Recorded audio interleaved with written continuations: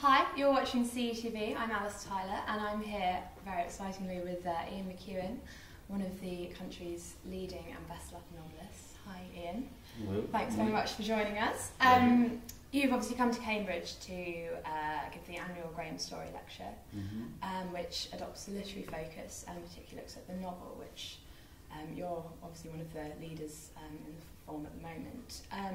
What for you makes the novel such an enduring form, and why do you think you keep returning back to it? Well, I was trying to make the case last night in my lecture that what the novel does is exploit something that we're all good at, instinctively good at, which is sort of reading other minds, having a sense immediately of what it's like to be someone else, and of seeing ourselves reflected back in that person's eyes. If you meet a stranger, you have an encounter, you're already reading that person, and you're reading that person reading you. And that element of recursiveness, we find in all kinds of narrative modes in the novel. And I was hinting at the possibility that one reason why the novel has refused to die is because it gives us this complexity of mind reading, which other forms don't quite manage, or don't quite manage yet. They might one day catch up. But the kind of complexity of mind reading that we take for granted in everyday life, just asking someone the time, we will not find reflected in either movies or internet games or television programs. So maybe this anomalous, now elderly literary form comparatively, will stumble on simply because it is an extension of the kinds of minds that we have. I was interested in, I mean, obviously that sort of idea of the innate ability that we have to sort of see into each other's minds and the way that narrative can sort of use that. I've come across a lot when I've sort of been looking at the sort of things you said and also your own works, and I've always been interested in it. But I was interested also in what you said yesterday about, you said that computers aren't good companions. But obviously, at the moment, these days, most people spend more time with their computer than with anyone else. And I was wondering whether you thought that perhaps the way in which we're engaging with machines these days may pose a threat to our ability to engage with each other, or may change the way that we do it. Possibly. I hear these arguments, but I think finally the computers are projections of our own selves and technological abilities, and they will improve. It's very hard to replicate the nature of an embodied mind. We're not simply brains on dishes. We have faces and bodies and all that. It's all part of our being and communication. And that's one reason why I think artificial intelligence finds it very hard to make an artificial companion for us. But I never underestimate the nature of technology and science, and it might be one day that we will have that complexity. But for the moment, we don't with computers actually interchange the way we do with other people. They're still our devices. They entertain us. They help us communicate. Because we're a very social animal, things like mobile phones appeal to us enormously. No one predicted it. In retrospect, it seems so obvious that we were bound to take to such a thing. Likewise, social networking, internet generally, it fits so well with the kind of being we are. They're still our tools, and I think we're frightening ourselves too much with the idea that it's going to rewire our brains. Or, I mean, it takes time to rewire a brain, and it takes evolutionary history to rewire a brain. And that would require, through natural selection, the people who spend a lot of time in front of computers having more children and getting a large gene distribution for their kinds of brains, which seems unlikely. If they're spending that much time in front of computers, they're less time hanging out with boyfriends and girlfriends. Sure. So to move on from yesterday's lecture, obviously your recent acceptance of the Jerusalem Prize has come under some controversy, with pro-Palestinian writers calling for you to reject it. When you defended your decision to accept it, you said that you took it as a bad sign when politics can permeate every area of life. Do you think that literature is now unable to escape that influence of politics? No, I mean, I said in my Jerusalem acceptance speech that if you live in a relatively stable country like Britain, you have an enormous privilege of not having to write about politics. I mean, you can if you want, and you don't have to if you don't want to. That's a real luxury. For many of my colleagues, Palestinian as well as Israeli, in that situation, it's quite a decision not to write about Hamas, the situation. It's on every mind all the time. It's quite oppressive for writers. It's a struggle to break free of it.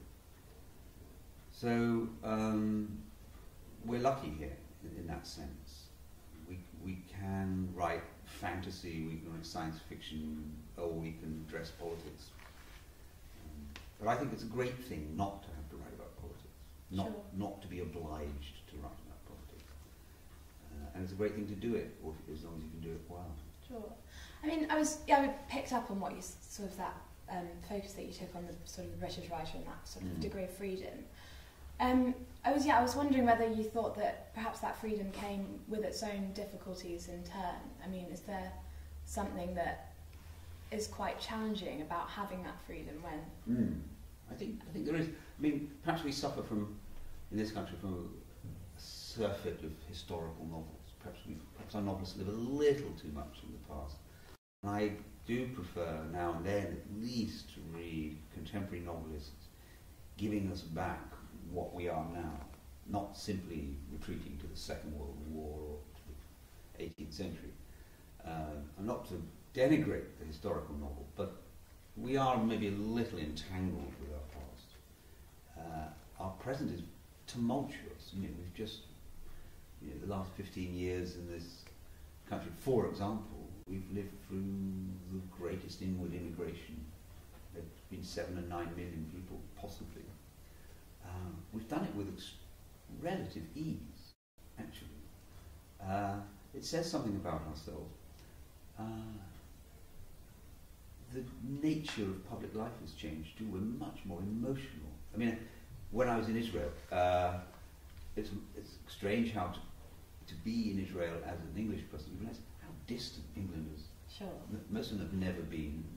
And so one television interviewer asked me, so is England all about sort of Robin Hood and pea soup fogs and stiff upper lips? And I said, well, I'm afraid not.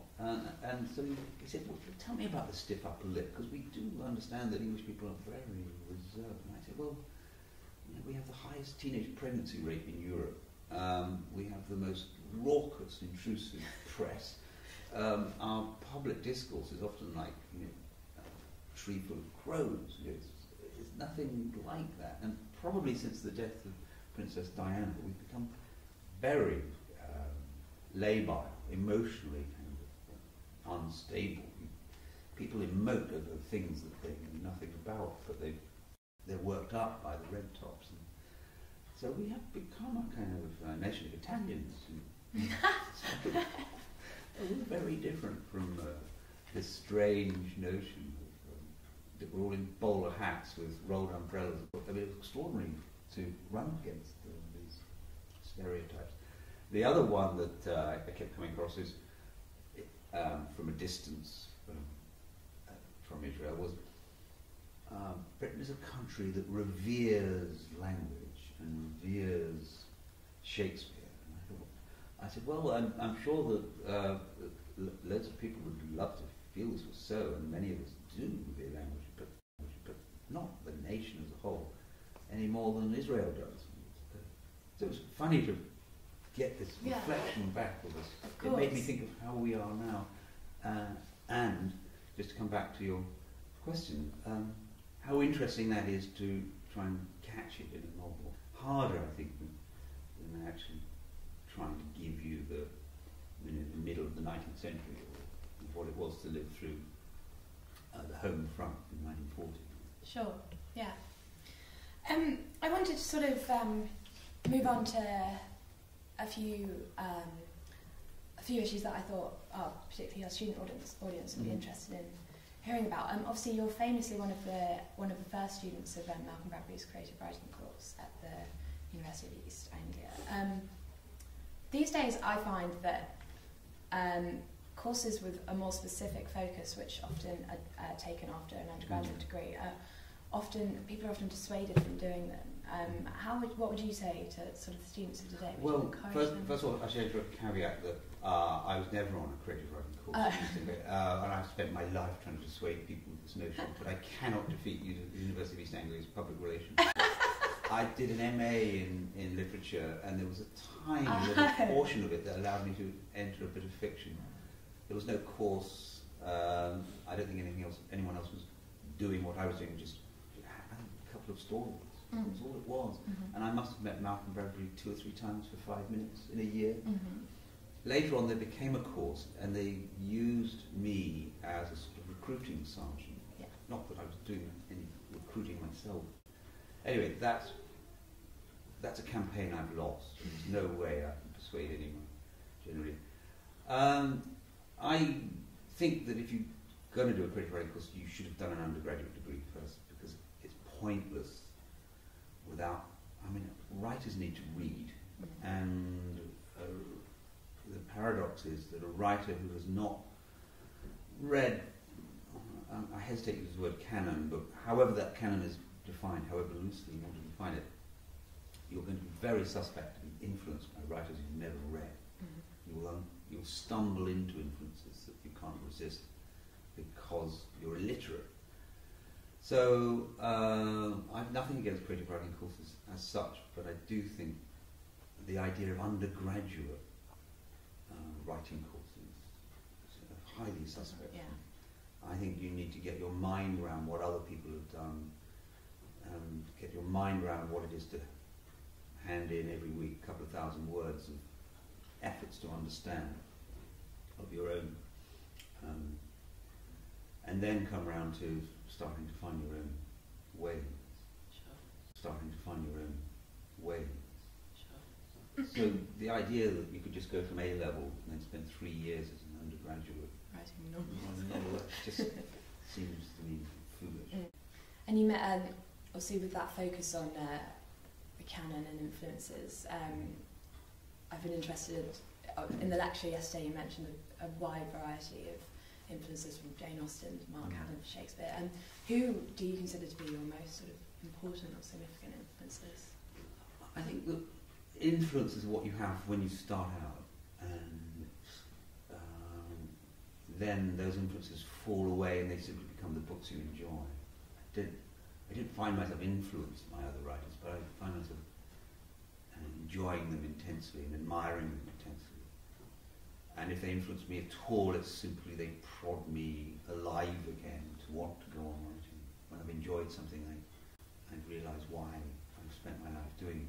So writers that have meant a lot to me, I think a lot of American writers in my 20s,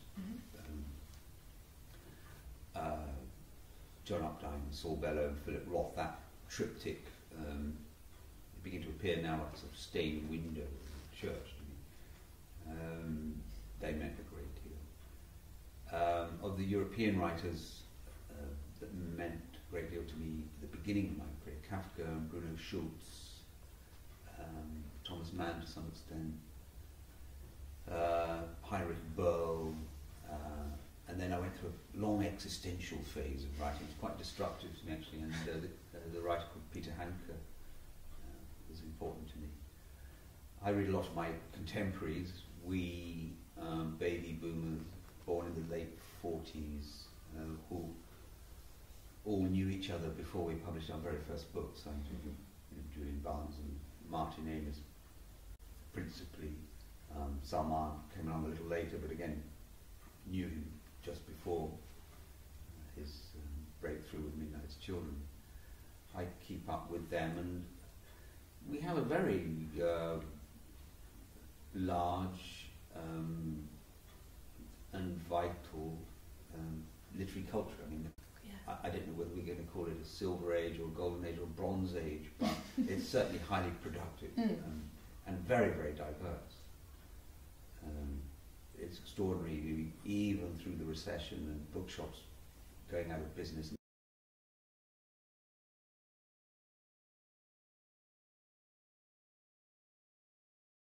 More and more people seem to publish novels. There's still a readership for them. That never ceases to amaze me. And just finally, to sort of continue from that, I mean, are there any sort of new upcoming writers that you're particularly excited by? I like the writing of Nick Laird, who is a poet and a novelist. I think he's a man who can give you the street as well as turn a beautiful and highly educated line of poetry. So I like his range and voice.